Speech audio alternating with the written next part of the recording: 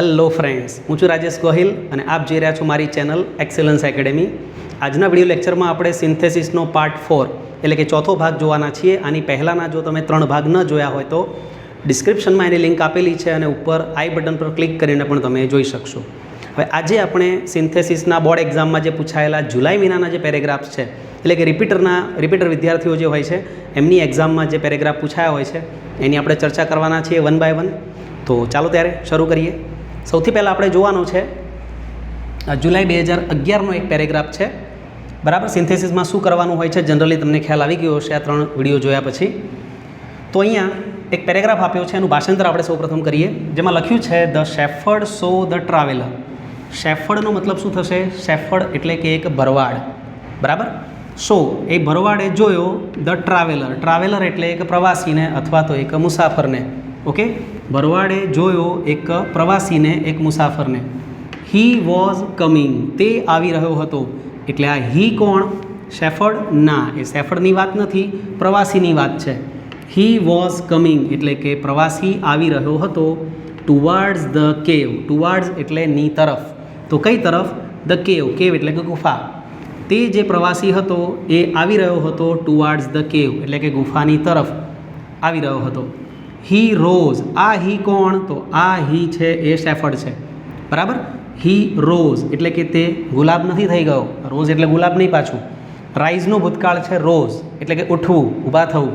Okay, તો હી rose તે ઉઠ્યો. કોણ ઉઠ્યો? તો આ ભરવાડ છે તે ઉઠ્યો. ટુ વેલકમ હિમ, તેને વેલકમ કરવા માટે. જે આ પ્રવાસી આવી રહ્યો છે, આપણા ઘરે કોઈક મહેમાન આવે તો આપણે નહીં ઊભા થઈને કહેતા કે આવો આવો બેસો. તો એ રીતે અહીંયા પણ આ જે ભરવાડ છે હીરોઝ એટલે કે ઊભો થયો ટુ વેલકમ હિમ, પેલા પ્રવાસીનું સ્વાગત કરવા માટે. હી ઓફર્ડ હિમ. ઓફર એટલે કે ધરવું અથવા તો આપવું, ઓફર કરવું. હી ઓફર્ડ હિમ એટલે કે પેલા ભરવાડે તેને આપી. અ પ્લેસ એટલે કે એક જગ્યા, એક સ્થાન આપ્યું. ઇન હિઝ કેવ, એની ગુફામાં. એનો મતલબ કે જે ભરવાડ છે ગુફામાં રહેતો હશે, એ જુએ છે કે સામેથી કોઈક પ્રવાસી આવી રહ્યો છે.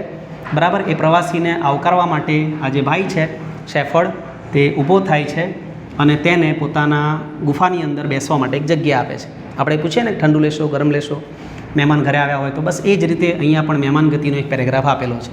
બરાબર મિત્રો, તો હવે આપણે જોવાનું છે કે આપણે કનેક્ટ કઈ રીતે કરીશું, એને જોડીશું કઈ રીતે. તો ભરવાડ જુએ છે પ્રવાસીને ગુફા તરફ આવતો. હવે પહેલાં અને બીજા વાક્યને કનેક્ટ કરવા હોય તો આપણે 2 રીતે એને કરી શકીએ. એક રીતે એમ છે કે વેનથી આપણે શરૂઆત કરીએ. Van the shepherd saw the traveller. જ્યારે ભરવાડે પ્રવાસીને જોયો. પછી આ હી વોઝ નથી લખવાનું, કારણ કે હી એટલે કોણ? તો આ ટ્રાવેલરની વાત છે. બરાબર, વોઝ એટલે હતો, કમિંગ એટલે આવતો. તો એના બદલે આપણે એવું કરી શકીએ કે van the shepherd saw the traveller, જ્યારે ભરવાડે પ્રવાસીને આવતો જોયો. તો આવતો જોયો એના માટે આ હી વોઝ ન લખો અને સીધું જોડી દો કમિંગ ટુવાર્ડ્સ ધ કેવ. આ વર્તમાન કૃદંતને આપણે સીધું કનેક્ટ કરી દીધું વાક્યની સાથે. બરાબર, કે આવતો જોયો તો પણ વાક્ય બની શકે. બરાબર, બીજી રીતે એમ બને the shepherd saw the traveller. The shepherd saw the traveller coming toward the cave. આપણે વેન નથી લખતા શરૂઆતમાં, પણ અહીંથી જ શરૂ કરીએ છીએ તો પણ વાક્ય બની શકે. બરાબર, હું બંને રીતે તમને સમજાવતો જાઉં છું.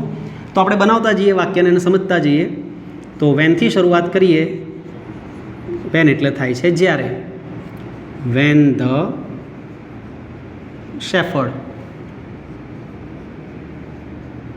જ્યારે ભરવાડે, શો એટલે કે જોયો, ધ ટ્રાવેલર એટલે કે પ્રવાસીને. When the shepherd saw the traveller coming towards the cave, ગુફા તરફ આવતો જ્યારે જોયો. બરાબર, તો આ પ્રમાણે પહેલું અને બીજું વાક્ય આપણે કનેક્ટ કરી દીધું છે. હવે તમને ખ્યાલ હશે કે જો આપણે વેનથી વાક્ય શરૂ કરીએ છીએ તો એ વાક્ય પૂરું થાય એટલે કોમા આવે, અલ્પ વિરામ આવે. આનો મતલબ થાય જ્યારે, અને અહીંયા આપણે બોલવાનું હોય છે ત્યારે, કે જ્યારે આમ થયું ત્યારે આમ બન્યું. તો van the shepherd saw the traveller, જ્યારે ભરવાડે જોયો પ્રવાસીને, કમિંગ ટુવાર્ડ્સ ધ કેવ, ગુફા તરફ આવતો. ત્યારે, જ્યારે જોયો ત્યારે આપણે સમય બતાવ્યો. બરાબર, કે જ્યારે આવું થયું ત્યારે. તો ત્યારે શું થયું? તો ત્યારે ભરવાડ ઊભો થયો. તો પછી આપણે જોડી દો સીધું કે હી રોઝ એટલે કે તે ઉઠ્યો, તે ઊભો થયો. ટુ વેલકમ હિમ, એટલે કે તેનું સ્વાગત કરવા માટે પેલા ભાઈ જે આવ્યા છે એનું સ્વાગત કરવું પડે ને, મહેમાન ગતિ કરવી પડે. તો મહેમાન ગતિ કરવા માટે આ ભાઈ ઊભા થયા એટલે ભરવાડ ઊભો થયો તો હી રોઝ, આ વાક્ય આપણે જોડી દીધું, હી રોઝ ટુ વેલકમ હિમ, તેનું સ્વાગત કરવા માટે ભાઈ ઊભા થયા છે. પછીનું છેલ્લું વાક્ય એવું છે કે હી ઓફર્ડ હિમ અ પ્લેસ, તેણે એક સ્થાન આપ્યું તેને, ઇન હિઝ કેવ, પોતાની ગુફામાં. પહેલું અને બીજું વાક્ય અહીંયા એવું લખ્યું છે તે ઉઠ્યો, અહીંયા એવું આપ્યું છે તેને જગ્યા આપી. તો આપણે એ રીતે જોડી શકીએ કે તે ઉઠ્યો અને તેને જગ્યા આપી. તો અને વડે જોડી શકાય, અને એટલે એન્ડ, બરાબર, સો ઇઝી. તો ટુ વેલકમ હિમ એન્ડ અને, પછી આ હી બીજી વાર લખવાની જરૂર નથી, આપણે હી આગળ લખી દીધું છે, હી રોઝ. તો ફરી વાર આપણે એન્ડ હી ઓફર્ડ એવું ના લખો, સીધું ક્રિયાપદ જોડો, કરતા એક વાર આવ્યો, બરાબર છે, ક્રિયાપદ અલગ અલગ છે. તો તેણે એને જગ્યા આપી, તો એન્ડ ઓફર્ડથી જોડો, તો આ જોડાઈ ગયું વાક્ય. એન્ડ ઓફર્ડ પછી શું, તો એન્ડ ઓફર્ડ હિમ, અને તેને જગ્યા આપી, એટલે કે a place, offered him a place, ક્યાં, ઇન હિઝ કેવ, એની ગુફામાં.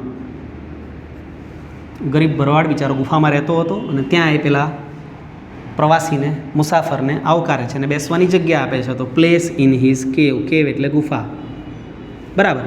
તો આ પ્રમાણે તમે એક રીતે બનાવી શકો છો. હવે આપણે વાત કરી કે બીજી રીતે ધારો કે આપણે આ પેરેગ્રાફને બનાવો છે, તો કઈ રીતે બનાવી શકીએ? તો લખી શકાય કે the shepherd saw the traveller coming towards the cave. આપણે વેનથી શરૂઆત નથી કરતા, અહીંયા જેમ આપણે વેનથી વાક્ય બનાવ્યું છે એ પ્રમાણે આપણે નથી બનાવતા, બરાબર, પરંતુ આપણે સીધું ધ શેફર્ડથી બનાવીએ કે the shepherd saw the traveller, ભરવાડે જોયો પ્રવાસીને, કમિંગ ટુવાર્ડ્સ ધ કેવ, ગુફા તરફ આવતો. સો અહીંયા તમે કોમા કર્યું છે, એના બદલે હવે આપણે સંયોજક મૂકવું પડશે. આ તો વેન હતું એટલે અહીંયા સંયોજક નથી આવ્યું, પણ જો આપણે અહીંથી વાક્ય બનાવીએ છીએ the shepherd saw the traveller coming toward the cave, ભરવાડે જોયો પ્રવાસીને, ગુફા તરફ આવતો, તેથી તે ઉઠ્યો. તો અહીંયા તમે સો લખો, so he rose to welcome him and offered him a place in his cave. તો બીજી રીતે તમે આ પ્રમાણે પણ આ પેરેગ્રાફને બનાવી શકો છો, બરાબર છે. તો અહીંયા આ વાક્યમાં આપણે બે સંયોજક મૂક્યા છે, વેન અને એન્ડ. ચાલો હવે આગળ વધીએ આપણે. એના પછી આપણે જોઈએ જુલાઈ 2012માં, જુલાઈ 2012 વર્ષ એવું કહેવાતું હતું. 2012માં એમ કે દુનિયાનો નાશ થઈ જશે, પણ કંઈ થયું નહીં, અને જુલાઈમાં જુઓ પેરેગ્રાફ એ પૂછાયો, બરાબર. તો જોઈએ આપણે પણ કે Mahendra Jaggad is my friend. શું નામ છે? મહેન્દ્ર જગ્ગડ. જગ્ગડ એની સરનેમ છે, એની અટક છે કે Mahendra Jaggad is my friend. Mahendra Jaggad મારો મિત્ર છે. He is a doctor. તે એક ડૉક્ટર છે, બરાબર. મહેન્દ્ર જગ્ગડ મારો મિત્ર છે. He is a doctor. તે એક ડૉક્ટર છે. He is very honest. તે ખૂબ જ પ્રામાણિક છે. હી ટ્રીટ્સ. ટ્રીટ મતલબ સારવાર કરવી. હી ટ્રીટ્સ પુઅર પેશન્ટ્સ. તે ગરીબ દર્દીઓની સારવાર કરે છે free of charge. Free of charge એટલે કે ચાર્જ લીધા વગર, વગર ચાર્જ, બરાબર. ચાર્જ નથી લેતો ગરીબ દર્દીઓનો, એ મફત સારવાર કરે છે. તો આ પ્રમાણેના આ 4 વાક્યો આપ્યા છે. જોઈએ હવે એને કઈ રીતે જોડીશું આપણે. તો મહેન્દ્ર જગ્ગડ મારો મિત્ર છે, એ વાત તો સાચી. He is doctor. તે ડૉક્ટર છે. વેરી ઓનેસ્ટ, પ્રામાણિક છે. તો એવું લખી શકાય કે મહેન્દ્ર જગ્ગડ એક ખૂબ જ પ્રામાણિક ડૉક્ટર મારો મિત્ર છે. અથવા એમ લખી શકો કે એક ખૂબ જ પ્રામાણિક ડૉક્ટર જે છે મહેન્દ્ર જગ્ગડ, એ મારો મિત્ર છે. આ બંને રીતે તમે શરૂઆત કરી શકો. ઓકે મિત્રો, તો આપણે લખીએ કે મહેન્દ્ર જગ્ગડ, ભારે નામ છે એકદમ, મહેન્દ્ર જગ્ગડ, પછી તમે કરી દો કોમા, અને હવે એની વિશેષતા આપણે લખીએ કે મહેન્દ્ર જગ્ગડ કેવો વ્યક્તિ, કેવો ડૉક્ટર. તો Mahendra Jaggad a very honest doctor. કોઈ સંયોજકની જરૂર નથી અહીંયા. મહેન્દ્ર જગ્ગડની આપણે ઓળખ આપી રહ્યા છીએ, બરાબર. તો મહેન્દ્ર જગ્ગડ પછી comma a very honest doctor. Mahendra Jaggad એક ખૂબ જ પ્રામાણિક ડૉક્ટર. Is my friend. ફરીથી અહીંયા કોમા કરો અને લખો એ મારા મિત્ર છે. બરાબર. તો આ પ્રમાણે તમે કર્તાની સાથે એની ઓળખ આપીને અથવા તો એની વિશેષતા બતાવીને કોમા કરીને એ લખી શકો છો અને પછી ક્રિયાપદ કરીને જે આપણે લખવાનું છે કે કોણ છે. મહેન્દ્ર જગ્ગડ એક ખૂબ જ પ્રામાણિક ડૉક્ટર, એ કોણ છે?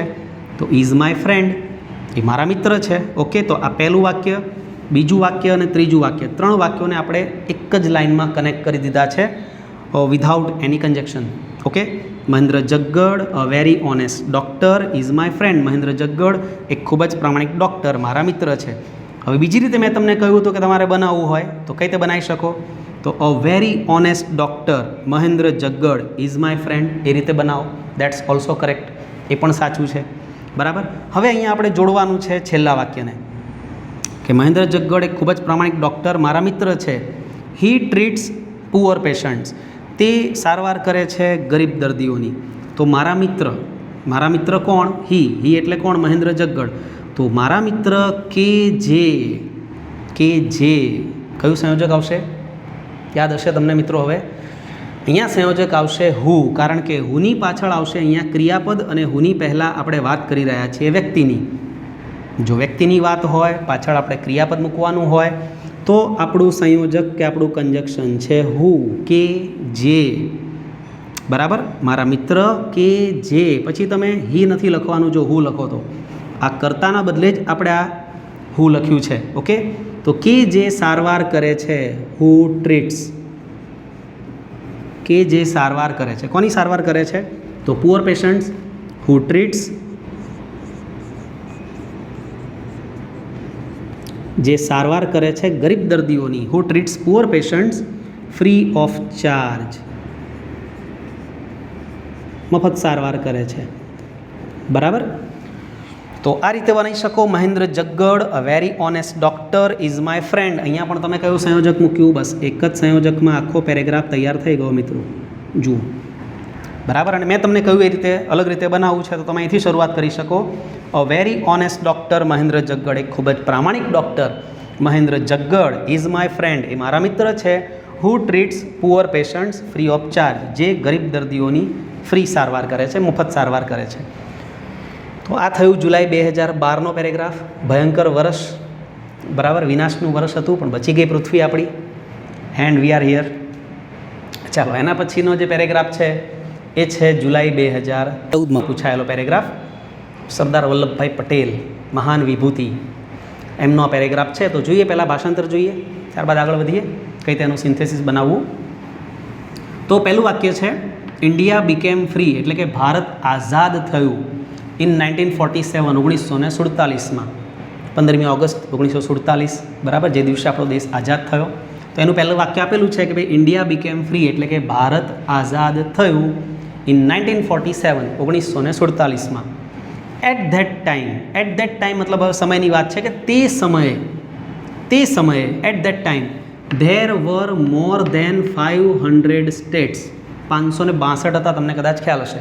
562 દેશી રજવાડાઓ, બરાબર, જે અલગ છૂટા છવાયા હતા. બધાને ભેગા કરીને સરદાર પટેલે એક કર્યો, આપણા દેશને અખંડ કર્યો, એની વાત છે. તો એટ ધેટ ટાઈમ, તે સમયે there were more than 500 states, એટલે કે 500 કરતાં વધારે સ્ટેટ્સ, રાજ્યો હતા, રજવાડાઓ હતા. સરદાર વલ્લભભાઈ પટેલ, અને સરદાર વલ્લભભાઈ પટેલ યુનાઇટેડ મતલબ એક કરવું, સંગઠિત કરવું, જોડવું. યુનાઇટેડ ધ કન્ટ્રી, એમણે આખા દેશને જોડી દીધો, સંગઠિત કરી દીધો. બરાબર, જે અલગ છૂટાછવાયા ભાગવા માગતા હતા, બીજા દેશ સાથે જોડાવા માગતા હતા, એના બદલે સરદાર પટેલે તેમને બધાને સમજાવીને, મનાવીને, ફોસલાવીને, બાય હુક ઓર બાય ક્રુક, એમણે બધાને ભેગા કરી દીધા. બરાબર, બહુ બુદ્ધિશાળી વ્યક્તિ. તો he was a bold leader, અને પછી છેલ્લે વાક્ય આપ્યું છે કે he was a bold leader, તે એક બહાદુર નેતા હતા. તે ખૂબ જ બહાદુર નેતા હતા, બોલ્ડ લીડર હતા. તો જોઈએ આપણે શરૂઆતમાં જે 2 વાક્યો છે એમાં આપણને સમય આપેલો છે. તો આપણે સમય માટેનું સંયોજક વાપરી શકીએ કે ભાઈ જ્યારે ભારત દેશ આઝાદ થયો 1947માં, ત્યારે 500 કરતાં વધારે દેશી રજવાડાઓ હતા. બરાબર, તો આપણે વેનથી શરૂઆત કરી શકીએ. બરાબર, વેન ઇન્ડિયા, જ્યારે ભારત, વેન ઇન્ડિયા બીકેમ ફ્રી, જ્યારે ભારત આઝાદ થયો ઇન 1947, 1947માં, ત્યારે, એટલે વેન લખીએ તો પછી આપણે ત્યારે લખવા માટે શું કરવાનું છે? કોમા કરવાનું છે. કોમાનો મતલબ અહીંયા આપણે ગુજરાતીમાં જ્યારે બોલીએ ત્યારે અહીંયા બોલવાનું ત્યારે, અહીંયા વેન એટલે જ્યારે. તો જ્યારે ભારત આઝાદ થયો ઇન 1947, 1947માં, ત્યારે. હવે આપણે ત્યારે લખીએ છીએ તો પછી આપણે આ એટ ધેટ ટાઈમ લખવાની જરૂર નથી રહેતી. એટ ધેટ ટાઈમ એટલે તે સમયે. તો તે સમય નથી લખવાનું. કેમ? કારણ કે આપણે હવે લખી નાખ્યું છે જ્યારે ત્યારે, તો એની અંદર સમય આવી ગયો. બરાબર છે? તો સીધું આપણે જોડીશું એટ ધેટ ટાઈમ વગર, કારણ કે આપણે વેન લખ્યું છે એટલે કે ધેર વર, એટલે કે હતા, મોર ધેન, એટલે કે ના કરતાં વધારે. કેટલા કરતાં વધારે? તો more than 500, more than 500 states, નાના મોટા 500 કરતાં વધારે રાજ્યો હતા. ચાલો, આ બે વાક્યો કનેક્ટ થઈ ગયા છે. ચાલો આગળ વધીએ હવે કે સરદાર Vallabhbhai Patel United the country, he was a bold leader. Sardar Vallabhbhai પટેલે દેશને સંગઠિત કર્યો, એક કર્યો. તે એક બહાદુર નેતા હતા. તો દેશી રજવાડાઓ તો ઘણા બધા હતા, પરંતુ સરદાર પટેલે, એવું પણ લખી શકાય, બટથી તમે વાક્યને કનેક્ટ કરી શકો ને અહીંયા.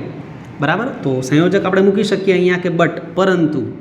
છૂટાછવાયા હતા, 500 કરતાં વધારે રજવાડા હતા, પરંતુ. બટ, તો બટથી આપણે જોડી શકીએ કે પરંતુ, but Sardar Patel, Sardar Vallabhbhai Patel, a bold leader. જેમ આપણે અહીંયા લખ્યું હતું કે Mahendra Jaggad, a very honest doctor. Mahendra જગ્ગડની આપણે ઓળખ આપી હતી કે મહેન્દ્ર જગ્ગડ કોણ? તો ખૂબ જ પ્રામાણિક ડૉક્ટર. એમ અહીંયા આપણે લખી શકીએ કે Sardar Patel, a bold leader. બરાબર? તો બટ સંયોજક મૂકીશું અને બટ સંયોજક મૂક્યા પછી આપણે લખી નાખીશું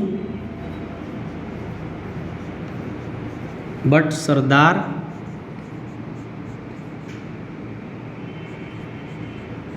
વલ્લભભાઈ પટેલ, સરદાર વલ્લભભાઈ પટેલ. પછી આપણે કોમા કરીશું ને એમની આપણે ઓળખ આપીશું. બરાબર? શું ઓળખ આપીશું? અ bold leader, Sardar Vallabhbhai Patel, a bold leader, એક બહાદુર નેતા. પછી કોમા કરો ફરીવાર કે સરદાર Vallabhbhai Patel, a bold leader, એક બહાદુર નેતાએ શું કર્યું? યુનાઇટેડ, એટલે કે એક કરી દીધો, સંગઠિત કરી દીધો.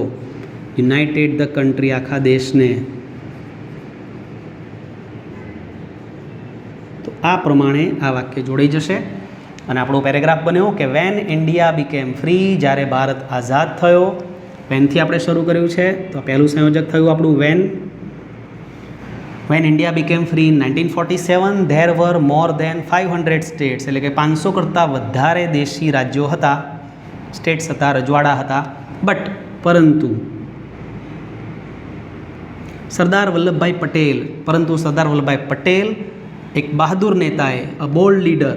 બરાબર? કોઈ સંયોજક નથી મૂક્યું આપણે ત્રીજા અને ચોથા વાક્યને કનેક્ટ કરવા માટે, પરંતુ કોમાનો ઉપયોગ કરીને આપણે કર્તાની ઓળખમાં થોડો વધારો કર્યો છે. સરદાર વલ્લભભાઈ પટેલ પણ કોણ? તો અ બોલ્ડ લીડર, એક બહાદુર નેતાએ યુનાઇટેડ ધ કન્ટ્રી, દેશને એક કર્યો, સંગઠિત કર્યો.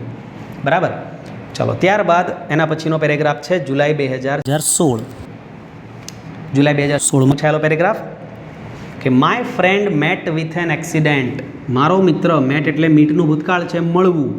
વિથ એન એક્સિડેન્ટ, અકસ્માતને તો કંઈ મળવાનું હોય આપણે. અકસ્માત કોઈ વ્યક્તિ છે કે જેને આપણે મળવાનું છે, એટલે અહીંયા મળવાનો અર્થ નહીં થતો, પરંતુ મારો મિત્ર અકસ્માતને ભેટ્યો. બરાબર? એક દુઃખદ ઘટનાની વાત છે કે મારા મિત્રનો અકસ્માત થયો. તો my friend met with an accident, એટલે કે મારો મિત્ર અકસ્માતને ભેટ્યો, મળ્યો નથી, કે મળવા ના જવાનું હોય. આઈ read the message on my mobile. તો આ રીડનું ભૂતકાળ છે, કારણ કે ભૂતકાળની ઘટના છે, એટલે I read the message on my mobile, એવું આપણે ઉચ્ચારણ કરવાનું કે મેં વાંચ્યો મેસેજ ઓન માય મોબાઈલ, મારા મોબાઈલ પર મેસેજ આવ્યો કે ભાઈ મિત્રનો અકસ્માત થયો છે, હોસ્પિટલમાં દાખલ છે. તો આઈ રસ્ડ, રસ્ડ એટલે ધસી જવું, દોડી જવું. આઈ રસ્ડ ટુ ધ હોસ્પિટલ, હું હોસ્પિટલ ધસી ગયો, દોડી ગયો. આપણને પણ કોઈ સમાચાર મળે આવા ખરાબ, તો આપણે પણ તરત જ દોડી જઈએ કે ભાઈ કંઈક જરૂર હોય, કદાચ શું થયું હશે, કેવી હાલત હશે એની, એ જાણવા માટે. તો અહીંયા પણ લખ્યું છે કે આઈ રસ્ડ ટુ ધ હોસ્પિટલ, એટલે કે હું હોસ્પિટલ ધસી ગયો, દોડી ગયો. અને આઈ વિશ્ડ હિમ, મેં તેને શુભેચ્છા પાઠવી. ગેટ વેલ સૂન, ગેટ વેલ સૂન એટલે જલ્દીથી સાજો થઈ જા, એવી મેં એને શુભેચ્છા પાઠવી. બરાબર. તો આ રીતનું તમને ગુજરાતી એનું સમજાઈ ગયું હશે. ચલો હવે આપણે એનું સિન્થેસિસ બનાવવાનો પ્રયત્ન કરીએ. તો જે પહેલું વાક્ય છે કે ભાઈ મારો મિત્ર અકસ્માતને ભેટ્યો, અને બીજું છે કે મેં મારા મોબાઈલ પર મેસેજ વાંચ્યો. તો આપણને ખબર ક્યારે પડી કે ભાઈ મારા મિત્રનો અકસ્માત થયો છે? જ્યારે મેસેજ વાંચ્યો ત્યારે ને. તો આપણે એવું લખી શકીએ કે મેં મોબાઈલ પર મેસેજ વાંચ્યો કે, બરાબર, કે મારા મિત્રનો અકસ્માત થયો હતો. તો કે માટે શું મૂકીશું આપણે? કે માટે આપણે મૂકવાનું છે ધેટ, ધેટથી જોડીશું. રાઈટ. તો ચાલો જોડી દઈએ. પહેલું બીજું વાક્ય, આઈ રેડ ધ મેસેજ, એટલે કે મેં સંદેશો વાંચ્યો. I read the message on my mobile, મેં મોબાઈલ પર સંદેશો વાંચ્યો. I read the message on my mobile. કયું સંયોજક મૂકવાનું? ધેટ. મેં સંદેશો વાંચ્યો કે મારો મિત્ર, my friend met with an accident, અકસ્માતને ભેટ્યો તો. Met with an accident. I read the message on my mobile, મેં મોબાઈલ પર સંદેશો વાંચ્યો, મારા મોબાઈલ પર સંદેશો વાંચ્યો કે my friend met with an accident, મારો મિત્ર અકસ્માતને ભેટ્યો હતો. હવે આપણે એ સમાચાર સાંભળ્યા, તેથી આપણે હોસ્પિટલ ગયા ને.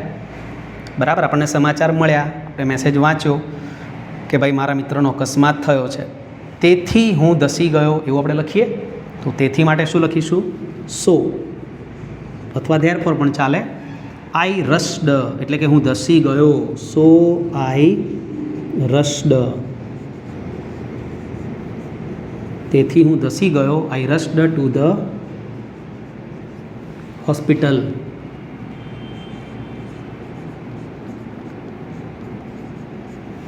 તેથી હું હોસ્પિટલ ધસી ગયો. આઈ રશ મતલબ ધસી જવું, દોડી જવું, ભાગીને જવું, એને કહેવાય રશ્ડ. તેથી હું હોસ્પિટલ ધસી ગયો. આઈ વિશ the him get well soon, અને ત્યાં જઈને મેં શું કર્યું? મેં એને શુભેચ્છા પાઠવી કે ભાઈ જલ્દી સાજો થઈ જા. અકસ્માત થયો એની શુભેચ્છા નથી આપવાની, અકસ્માતમાંથી તું સાજો થઈ જા જલ્દીથી, પાછા આપણે મસ્તી કરીએ, તોફાન કરીએ. બરાબર. તો એની શુભેચ્છા આપવાની છે.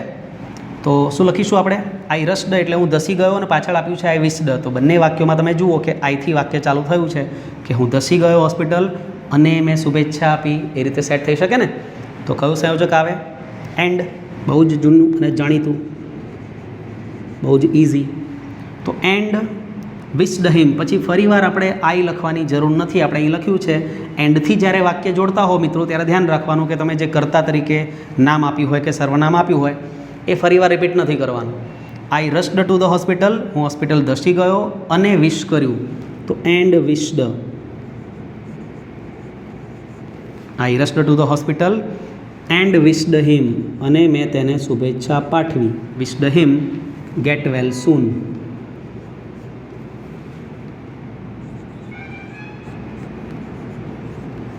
ગેટ વેલ સૂનનો મતલબ થાય છે કે જલ્દીથી સાજો થઈ જા. ઓકે. તો આ પ્રમાણે આપણે આ જુલાઈ 2011, 12, 13 અને 14 બોર્ડ એક્ઝામમાં જે પૂછાયેલા છે જોઈ લઈએ ફરી એકવાર આપણે આ પેરેગ્રાફ કે I read the message on my mobile. સંયોજક આપણે કયા કયા મૂક્યા છે જોઈ લઈએ. તો ધેટ.